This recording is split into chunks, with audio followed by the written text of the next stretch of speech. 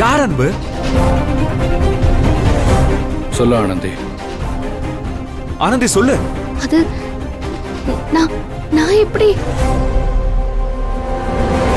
அந்த ஆளோட பேரை எப்படிங்க சொல்றது?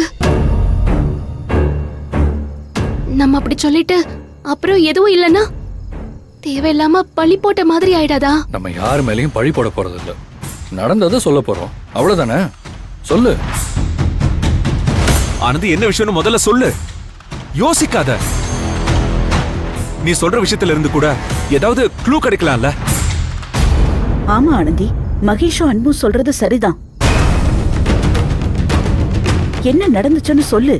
முன்ன ஒரு தடவை ரகுவை அந்த ஹோட்டல்ல வச்சு பிடிச்சோன்னு சொன்னேன்ல, அப்போ யார் சொல்லி இதெல்லாம் செஞ்சேன்னு கேட்டப்போ அந்த கருணாகரன் பேரதே ரகு சொன்னான்.